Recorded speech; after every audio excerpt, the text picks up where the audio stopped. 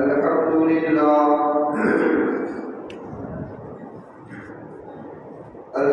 لله رب العالمين، والصلاة والسلام على سيد المرسلين وعلى آله وأصحابه أجمعين. أما بعد، فقد قال الله تبارك وتعالى في الكلام المجيد والفرقان الحميد: أعوذ بالله من الشيطان الرجيم، بسم الله الرحمن الرحيم. يا أيها الذين آمنوا كتب عليكم الصيام كما كتب على الذين من قبلكم لعلكم تتقون. صدق الله العظيم. محترم سامعین کرام اور پردہ نشین خواتین،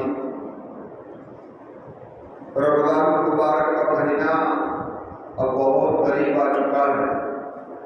اللہ تبارک و تعالیٰ سے دعا کرتا ہوں اللہ ہم تمام کو رمضان مبارک نصیب فرما دے۔ اور آپ لوگ جانتے ہیں کہ اس مہینے کی اہمیت اور فضیلت بہت ہے، اور جس چیز کی اہمیت ہوتی ہے اور فضیلتیں ہوا کرتی ہے تو اس کا اہتمام بھی زیادہ کیا جاتا ہے۔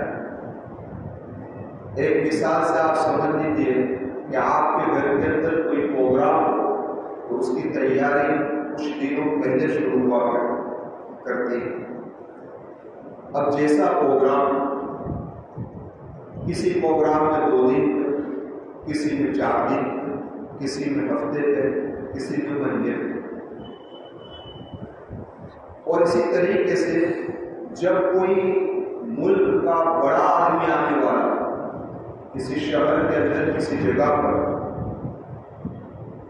تو اس کے عہدے کو مد نظر رکھتے ہوئے شہر کو سنوارا جاتا ہے، راستوں کو ٹھیک ٹھاک کیا جاتا ہے، لائٹوں کے ذریعے سے زینت دی جاتی ہے، جس راستے سے حضرت کا گزر ہو اور راستے مزین کر دیے جاتے ہیں۔ تو میرے کہنے کا مقصد یہی ہے کہ جیسی تقریب ہو یا جیسا پروگرام ہو ایسی تیاری ہوتی ہے۔ تو جو مہمان آنے والا ہے وہ رمضان کا مہینہ، تو اس کی تیاری خود رب کائنات میں فرمائی۔ اس نے فرمائی ایک طرف سے اللہ تبارک و تعالیٰ نے اپنے بندوں کو اس مہینے کی اہمیت کو بتلایا، تو دوسری طرف محمد رسول اللہ صلی اللہ علیہ وسلم نے اس سوتی ہوئی امت کو بیدار کیا کہ اٹھو، جاگو، کہیں غفلت کے اندر ہی مہینہ نہ چلا جائے۔ حدیث سے یہی معلوم ہوتا ہے۔ تو میں اب یہ کر رہا تھا آپ سے کہ اللہ تبارک و تعالیٰ نے اس مہینے کی اہمیت کو لوگوں کو سمجھانے کے لیے کیا تیاری کی؟ تو اللہ نے جنت کو سنوارا، کیا کر دیا بھائی؟ اور کتابوں کے اندر لکھا ہے کہ ایک مہینہ یعنی رمضان کا مہینہ ختم ہو جاتا ہے، وہاں سے اللہ آنے والے رمضان تک جنت کو سنوارتا ہے۔ اندازہ کرو، میں نے کہا کسی کی آمد کے 2 مہینے پہلے شروع ہوتا ہے، لیکن یہاں جنت کو اللہ رمضان کے لیے 11 مہینے سے سنوارنا شروع کر دیتے ہیں۔ آپ کہیں کہ جنت وہ ہے کہ وہاں کوئی چیزیں ایسی نہیں، وَلَكُمْ فِيهَا مَا تَشْتَهِي أَنفُسُكُمْ وَلَكُمْ فِيهَا مَا تَدَّعُونَ، کہ جنت کے اندر تو ہر چیز موجود ہے جس کو تم چاہتے ہو اور جس کا تمہیں وعدہ کیا گیا ہے، وہ ساری چیزیں وہاں پر موجود ہے نا، کوئی کمی نہیں۔ اور آپ نے روایت میں سنا کہ مَا لَا عَيْنٌ رَأَتْ وَلَا أُذُنٌ سَمِعَتْ وَلَا خَطَرَ عَلَىٰ قَلْبِ بَشَرٍ، کہ جنت میں ایسی چیز ملے گی جو انسان نے کبھی دیکھی نہ ہوگی نہ سنی ہوگی، اس سے آگے کلمہ اس کے دل میں کبھی خیال بھی نہیں گزرا ہوگا۔ آدمی کے خیالات کے اندر تو بہت ساری چیزیں آتی ہیں، لیکن جنت کے اندر ایسی چیزیں ہوں گی کہ جو کبھی دل میں خیال بھی نہیں گزرا ہوگا، ایسی چیزیں اللہ تبارک و تعالیٰ نے جنت کے اندر رکھی، کوئی کمی ہے اس میں، لیکن اس کے باوجود بھی اللہ تبارک و تعالیٰ جنت کو کیا کر رہا ہے؟ سزا فرشتوں کے ذریعے سے۔ اب ذرا آپ غور کریں کہ یہ ساری تیاری اس لیے ہو رہی ہے کہ میرا یہ بندہ اس دنیا کے اندر جو پھنسا ہوا ہے وہ ساری چیزوں سے کٹ کر میرے ساتھ جڑنے والا بن جائے، اپنا تعلق اس مہینے میں میرے ساتھ قائم۔ اس لیے اس ارادے کے اندر جتنی چیزیں رکاوٹ والی تھی ان چیزوں کو بھی اللہ تبارک و تعالیٰ نے بریک لگا دی۔ شیطان اس ارادے کو ختم کر رہا تھا، اللہ تبارک و تعالیٰ نے شیطان کے پیروں میں بیڑیاں ڈال کر نفس جو ہے وہ انسان کا اس ارادے میں رکاوٹ بن سکتا تھا، اللہ تبارک و تعالیٰ نے روزے کو فرض کر دیا تاکہ آدمی بھوکا رہے تو اس کا نفس کیا ہو جائے؟ کنٹرول میں آ جائے، قابو میں آ جائے۔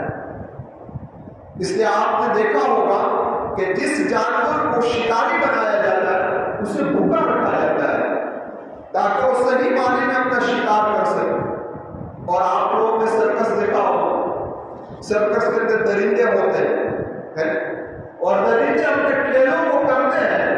لکھایا لکھنے والے نے کہ ان درندوں کو دو چیزوں سے ٹریننگ دی جاتی ہے، ایک ان کو بھوکا رکھا جاتا ہے، دوسرا ان کو بیدار رکھا جاتا ہے۔ کیوں؟ تاکہ بھوکا بھی رہے بیدار بھی رہے تو وہ کنٹرول میں رہتا ہے، اگر وہ پیٹ بھر کر کھا لے وہ سلا دیا جائے تو انسان کے کنٹرول میں پھر وہ نہیں رہتا۔ پتا چلا اللہ تبارک و تعالیٰ نے قوت بہیمیہ کو توڑنے کے لیے یہ روزہ فرض کر دیا، یا ایھا الذین آمنوا کتب علیکم الصیام کما کتب علی الذین من قبلکم لعلکم تتقون، تاکہ تمہارے اندر یہ قوت بہیمیہ ٹوٹ جائے اور اس سے جڑ جاؤ اور لوگوں سے کیا ہو جاؤ، یعنی دنیا سے۔ تو یہ اہتمام کیا اللہ تبارک و تعالیٰ ہے۔ اور اس کے باوجود کہ اگر کوئی انسان رمضان میں اللہ سے جڑتا نہیں ہے اس کے لیے بڑے افسوس کی بات ہے۔ اور خود نبی کریم صلی اللہ علیہ وسلم نے امت کو کیسے جوڑا، یعنی امت کو اللہ تبارک و تعالیٰ سے اس مہینے میں کیسے جوڑا، تو میرے نبی کی تعلیم قربان جائے، ایسا مشفق ایسا مہربان نبی کہ جس کی تعلیم کا ایک ایک کلمہ امت کے لیے ہدایت کا ذریعہ ہے۔ آپ ذرا دیکھیں اللہ کے محبوب صلی اللہ علیہ وسلم نے دعا بتلائی، ہلال خیر و رشد، اے میرے امتیوں جب چاند دیکھو تو اللہ تبارک و تعالیٰ سے دعا مانگو، اے اللہ اس آنے والے مہینے میں بھلائی کا فرما اور ہدایت کی راہیں عام کرو۔ سمجھ میں آئے؟ اور ہر چاند دیکھنے پر اللہ کے محبوب صلی اللہ علیہ وسلم نے امت کو دعا سکھلائی، اللہم اہدنا، اس کو اہدنا بھی پڑھ سکتے ہیں، اہلیہ بھی پڑھ سکتے ہیں، اللہم اہدنا علینا بالامن والایمان والسلامۃ والاسلام ربی و ربک اللہ۔ کیا کہا؟ اے اللہ تبارک و تعالیٰ یہ چاند جو نمودار ہو رہا ہے برکت، ایمان، سلامتی، اسلام کے ساتھ اس کو نمودار فرما، یعنی سلامتی کے ساتھ کہ میرا مہینہ گزر جائے، ایمان کے حالت میں گزر جائے، اسلام کا بول بولتا ہوا گزر جائے اور برکتیں لے کر میرا مہینہ گزر جائے۔ اور آخر کے اندر ان دیوتاؤں کو پوجنے والے بھی جو چاند کی پوجا کرتے ہیں اس کا رد بھی کر دیا۔ میرا محبوب نے ایک کلمہ ہے، ربی و ربک اللہ، اے چاند تیرا رب بھی اللہ ہے، میرا رب بھی اللہ ہے۔ لوگ تجھے پوچھتے ہیں، تجھے دیوتا مانتے ہیں، لیکن تو دیوتا نہیں ہے، بس رب کائنات کو پیدا کرنے والا اللہ سب کا مالک، سب کا خالق ہے۔ یہ دعا سکھتا ہے نبی نے، یہ نبی کی تعلیم۔ کیوں؟ حالات کب تبدیل ہوتے ہیں، حالات کب بدلتے ہیں کسی کو پتہ نہیں چلتا۔ یہ آنے والا مہینہ تمہارے لیے کون سے حالات کو لے کر آئے گا، کون سی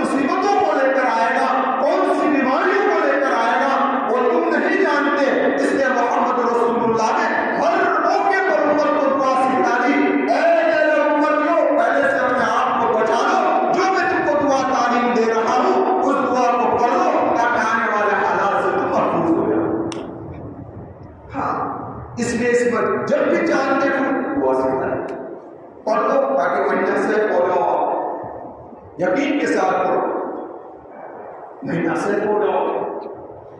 زمانہ تبدیل ہوتا ہے، دین سے رات آتا ہے، زمانہ تبدیل ہوا، رات سے دین آیا، زمانہ تبدیل ہوا، صبح کے وقت یہ الگ ہوا، شام کے وقت یہ الگ ہوا، ایک جگہ سے دوسری جگہ پر تبدیل ہو رہا ہو، حالات تبدیل ہو سکتے ہیں، یہاں سیف ہو وہاں سیف نہیں ہے، تو میرے محبوب صلی اللہ علیہ وسلم نے وہاں کی دعائیں سکھائی۔ اللہ کے محبوب کی تعلیم دیکھیں، مثلاً آپ بازار جا رہے ہیں اور بازار میں کن حالات سے تمہارا پنانا پڑے گا تمہیں معلوم نہیں ہے، تو اللہ کے محبوب نے بازار کی دعا سکھلائی۔ بیت الخلاء میں جا رہے ہو تو کن حوادثات میں تم گھوم جاؤ گے، کون سا خبیث تمہیں چوٹ لے آئے گا، کون سا شیطان تمہیں جکڑ لے گا، تو اللہ کے محبوب صلی اللہ علیہ وسلم نے بیت الخلاء میں جانے کی دعا سکھلائی۔ دعا پڑھو محفوظ ہوگا، ان حالات سے مصیبتوں سے بچ جاؤ۔ سمجھ میں جگہیں منتقل ہوئی، اللہ کے محبوب نے دعا سکھلائی۔ مسجد میں آ رہے ہو تو دعا سکھلائی، آؤ اللہم افتح لی، کھیل اٹھائے برکت لینا ہے تو دعا سکھلائی۔ کہیں ایسا نہ ہو کہ تم مسجد میں آ گئے اور مسجد ہی کی توہین کر دے اور بلائے سوال کمانے کے عذاب لے کر جاؤ، ہے نا؟ آج کل مسجد کی جتنی بے ادبی ہو رہی ہے، بس اللہ میری مراد نہیں، اور میں مسجد کے آداب کو آداب ہی نہیں جانا کہ مسجد کے کیا آداب ہے۔ ہاں تو میں آگے کر رہا تھا، اللہ کے محبوب صلی اللہ علیہ وسلم نے ہر موقع پر امت کو دعا کرتی کرنا، تو یہاں بھی دعا، تو چاند دیکھتے ہوئے دعا کرو گے انشاءاللہ، دیکھیں گے چاند، دیکھیں گے تو پڑے گے، بس وہ تو پتہ چل ہی جانے والا ہے، وہ ٹوٹے گی تو مان لیں گے چاند نظر آ گیا ہے۔ اللہ کے بندو اس لیے نہیں سنت محمد صلی اللہ علیہ وسلم سمجھ کر چاند دیکھنا چاہیے کہ میں میرے نبی کی سنت ادا کروں، اور چاند دیکھتے وقت یہ دعا جو میرے نبی نے بتلائی ہے اس دعا کو پڑھنا چاہیے تاکہ ایک مہینہ پورا امن و امان کے ساتھ آپ کا گزر جائے۔ پھر کہتے ہو حالات آ گئے، یہ ہو گیا وہ ہو گیا، کیونکہ جو تعلیم میرے نبی کی تھی اس تعلیم کو ہم نے چھوڑا ہے، وہ نہیں ہوا۔ کاش کہ پوری امت نبی کریم صلی اللہ علیہ وسلم کی بتائی ہوئی دعاؤں پر، اس لیے علامہ انور صاحب کشمیری رحمۃ اللہ علیہ نے عجیب بات بیان فرمائی، تمام حدیثوں کا نچوڑ محمد رسول اللہ کی بتلائی ہوئی دعا ہے، اور تمام شریعت کی تعلیم نبی کریم صلی اللہ علیہ وسلم کی بتائی ہوئی دعاؤں ہے، لیکن آج ہم نے ان دعاؤں کو چھوڑا، ان دعاؤں کو ہم نے چھوڑا۔ اللہ میری بھی حفاظت فرمائے، آپ کی بھی حفاظت فرمائے۔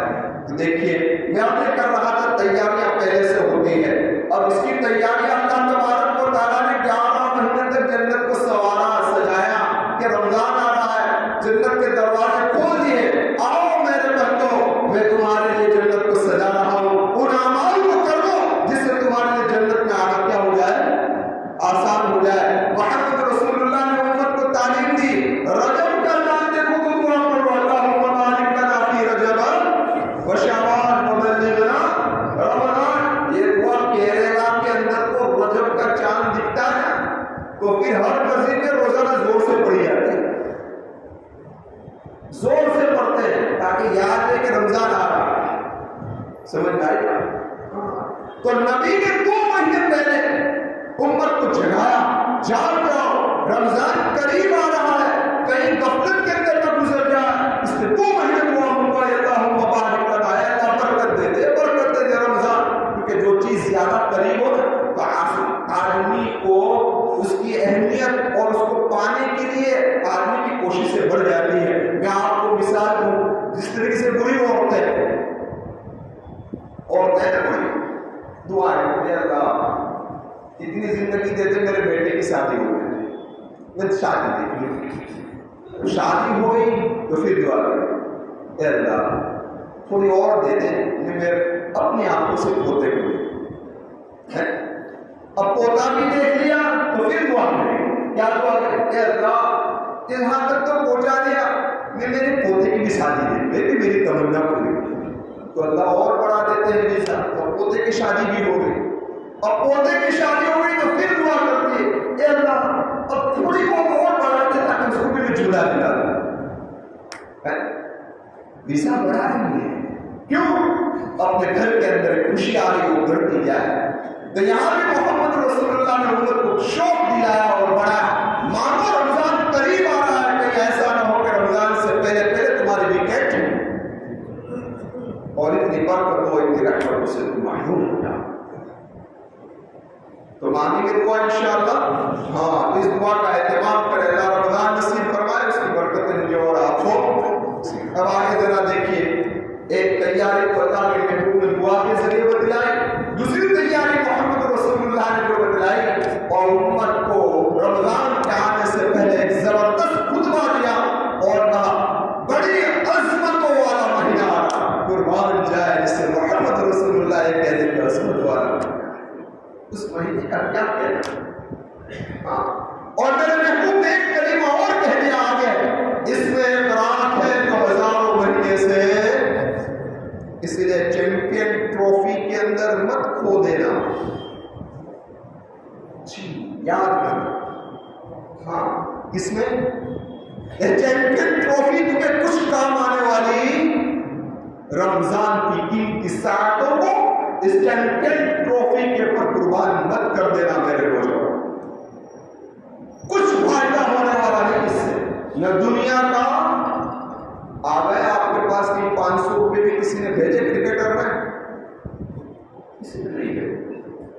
ہاں آخرت کو ضائع نہ کر، اس قیمتی گھڑیوں کو ضائع و برباد مت کرنا. اللہ کے واسطے میں آپ سے کہہ رہا ہوں، وہ تو آتی رہتی ہے جاتی رہتی ہے، وہ آنا جانا اس کا کام ہے، لیکن رمضان زندگی کا ایک دن ایک گھڑی ہمارے ہاتھ سے گزر گئی تو واپس آنے والی، وہ واپس آنے والی.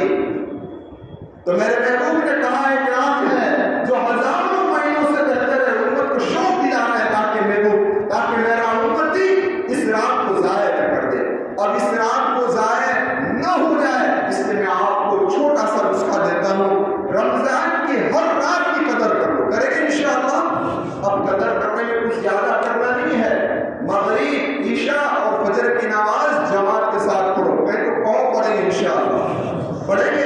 اور مغرب کے بعد 6 رکعت اوابین پڑھ لو، کوئی مشکل نہیں. 2 رکعت سنت پڑھتے ہو، سنت تو ہو گئی، اب 4 کا اضافہ کرو. کتنی رکعت تھا تو 6 ہو گئی، 2 اور 4 6 ہو گئی.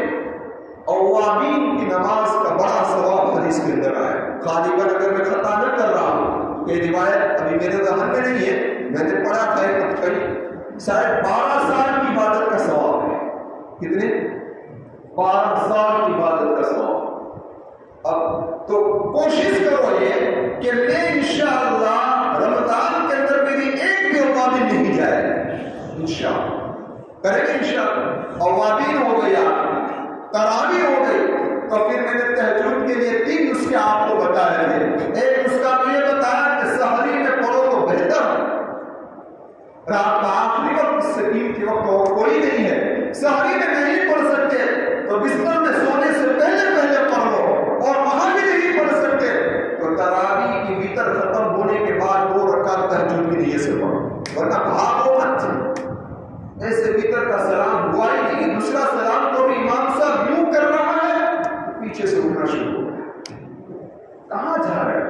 کہاں تذهبون؟ کہاں بھاگ رہے ہیں؟ وہ اللہ یہ چاہتا ہے کام کرے اور تم بھاگ رہے.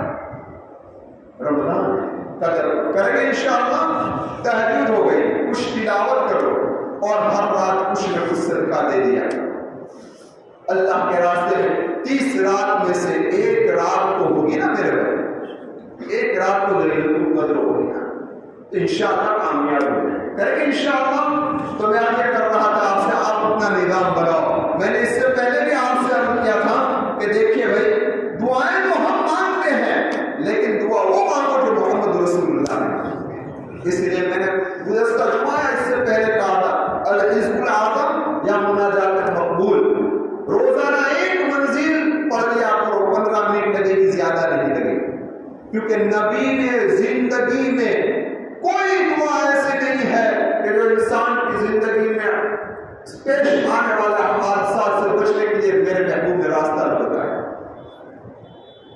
تو اس کا معمول بناؤ، تلاوت قرآن کا معمول بناؤ. اور خاص طور پر جو گزارش ہے وہ یہ ہے کہ اپنے روزے کو گناہوں سے بچاؤ. یہ اصل ہے. ورنہ روزہ رکھا اور غیبتیں کی، روزہ رکھا اور سینما دیکھا، روزہ رکھا اور نہ جانے واٹ شاپ پر چلے گئے. یہ سوشل میڈیا کو بھی نا 1 مہینے کے لیے بلیک لسٹ میں رکھ دو. 1 مہینہ مجھے کوئی ضرورت نہیں سمجھ آ گئی. ہاں سب کرو 1 مہینہ اللہ سے جڑ جاؤ. اللہ اس لیے ٹریننگ کورس ہے کہ اس میں اگر تم اس سے جڑ گئے. اس لیے محمد رسول اللہ صلی اللہ علیہ وسلم نے کیا ہی عجیب کلمہ کہا، میرے محبوب کا تو ہر کلمہ نور والا ہے. اللہ کے محبوب نے فرمایا اس کا اول حصہ بولو نا، یاد نہیں ہے؟ رحمت ہے. کون؟ اس کا اول حصہ وہ نعت کو بلواتا ہے جس طرح نعت کو بلواتا. اول حصہ رحمت. کس کی رحمت؟ اس کو کہ جس کو تراویح کی توفیق ہو گئی، جس کو روزے رکھنے کی توفیق ہو گئی، جس کو تلاوت قرآن کی توفیق ہو گئی تو اس کو رحمت حاصل ہو گئی. لیکن افسوس ہے امت کے نوجوانوں پر، ایسے گھرانے کے نوجوان لڑکے، ایسے گھرانے کے نوجوان لڑکے کہ جن کے والدین نمازی ہے، جن کے بھائی نمازی ہیں، لیکن وہ روزے نہیں کرتے. ہاں میں ایسے لوگوں کی بات نہیں کر رہا ہوں کہ جو دینوں سے دور ہے، جو دین سے قریب ہے، ماحول میں ہے، لیکن رمضان کے روزے کیوں نہیں رکھ رہے؟ وجہ کیا ہے؟ کیونکہ وجہ اگر روزے رکھوں تو میں کما نہیں سکتا. تو تیری ذات یہ کہہ رہی ہے کہ تجھے کھلانے والا تیرا کمانا ہے. ارے تجھے کھلانے والا تو اللہ ہے. کون ہے؟ اللہ ہے. 1 مہینے کے لیے اپنے کام کاج کو کچھ کم کر دو. روزے میں کوئی تکلیف آئے بند کر دو. بند کرنا، ارے 15,000 میں گھر چل جایا کرتا ہے. 15,000 تو شادی کے موقع پر کسی سے قرض لے لیا کرتا ہے، اور قرض لینا اپنی خوشی کو تو مکمل کرتا ہے. کیا تو رمضان کو صرف اللہ کی رضا کے لیے اور اللہ کی عبادت کے لیے قرض لے کر کسی سے قرض لے اس بنا کو دے کہ اللہ میرا کھلانے پلانے کا ذریعہ نہیں ہے، میں قرض لے رہا ہوں کسی کے پاس تاکہ میں رمضان کی رضا والے اعمال میں گزاروں اور پورا رمضان دعا کرتا رہے، انشاءاللہ تیرا قرض ادا ہو جائے. سمجھ آئے؟ لیکن رمضان کے روزوں کو ضائع مت کرو. یہ جوانی اللہ نے جو دی ہے اللہ پکڑ کرے گا. میں نے تجھے جوانی دی تھی، وہ بڑے آدمی روزے رکھتے تھے. ابھی میں کتاب پڑھا تھا، وقت جا رہا ہے. اس بنا پر ایک ایسا آدمی کہ جو کٹر اسلام کا تھا، اس نے اسلام کا کلمہ پڑھ لیا لا الہ الا اللہ. ایک بوڑھے آدمی کو دیکھ کر کہ جو اس کی فیکٹری میں کام کر رہا تھا، وزن اٹھا رہا تھا، اور اسے کہا کہ بھائی تو پانی پی تو کہ نہیں، یہ کھا لے تو کہ نہیں، یہ کیا کہ جوس پی لے تو کہ نہیں، تجھے کوئی نہیں دیکھ رہا ہے، تو پی لے اللہ کے بندے، اتنی بڑی عمر میں، اتنے ضعیفی کی حالت میں. تو کہا میرا اللہ دیکھ رہا ہے، میرا اللہ دیکھ رہا ہے. یہ ہے روزہ. کوئی نہ دیکھ رہا تو کہ آدمی پانی پینے کی ہمت کرتا نہیں ہے. یہ روزہ اسے دیکھ کر اس نے کلمہ پڑھ لیا لا الہ الا اللہ. تو ایسے ضعیف لوگ جو وزن اٹھاتے ہیں اس کے باوجود روزے رکھتے ہیں. تو فرمایا روزے رکھنے کی توفیق، تراویح کی توفیق، تلاوت قرآن کی توفیق انہیں نصیب ہوگی جو پہلے ہی قدم سے اللہ کی رحمت میں آ گئے. اگر نہیں رکھا تو ڈرو اس بات سے کہیں اللہ کی رحمت سے دور تو نہیں. ہاں ڈرو اس بات سے. اس نے فرمایا اولا اس کا پہلا حصہ رحمت ہے، دوسرا حصہ اب رحمت والے مہینوں میں یہ اعمال کر لیے تو دوسرا اشرا آ گیا، مغفرت کا اعلان ہو گیا. جاؤ ہم نے تمہاری مغفرت کر دی اور جنت تمہیں عطا کرے. تم نے اپنی خواہشات کو دبایا. کس طریقے سے دبایا؟ آنکھوں سے کسی عورت کو دیکھا نہیں، تم نے نہیں دیکھا نا، ہاں بچے رہے. تم نے اپنی شرمگاہ کی حفاظت کی، سب کچھ کر لیا. اس لیے آج آؤ میں جنت میں تمہیں مزہ دلاتا ہوں. میں تمہاری خواہشات کو حوروں سے پوری کرواتا. کس سے پوری کرواتا؟ اللہ ہی دیتا ہے. سمجھ آئے گا؟ ہاں، لیکن جو اس لیے میں کہہ رہا ہوں جنت کے اندر تو صرف انسان تو نہیں ہوں گے نا، فرشتے بھی ہوں گے نا فرشتے. ہاں، لیکن جنت کی نعمتوں سے فائدہ فرشتے نہیں اٹھا پائیں گے، انسان اٹھا پائے گا. کیونکہ فرشتوں میں وہ تقاضے نہیں ہے جو انسان کے اندر وہ تقاضے موجود ہیں. اس لیے فرشتوں جنت کی نعمت سے فائدہ اٹھا سکیں گے. مثال کے طریقے سمجھنا ہو تو اچھے سے اچھی گریوی سالن آپ کٹورے میں رکھو تو کٹورے کا کچھ فائدہ ہے؟ اس کی لذت کون حاصل کرے گا؟ حضرت انسان. یہ کٹورا کچھ اس کی لذت حاصل کرے گا نہیں، کیونکہ اس کے اندر صلاحیت بھی نہیں ہے اس کی لذت حاصل کرے. اس طریقے سے فرشتوں میں صلاحیت نہیں ہے کہ وہ جنت کی نعمتوں سے فائدہ اٹھائے. جنت کی نعمت اللہ نے کس کے لیے رکھی ہے بھائی؟ تو میں آگے کر رہا تھا آپ سے، ایسا بابرکت ایسا فضیلت والا مہینہ آ رہا ہے، غفلت میں کہیں نہ گزر جائے. سمجھ میں عبادت میں گزرے، اللہ کی رضا والے اعمال میں گزرے اور اللہ کی فرما برداری والے اعمال میں گزرے. وقت ہو چکا ہے. اللہ تبارک و تعالیٰ مجھے بھی عمل کی توفیق عطا فرمائے، ہم تمام کو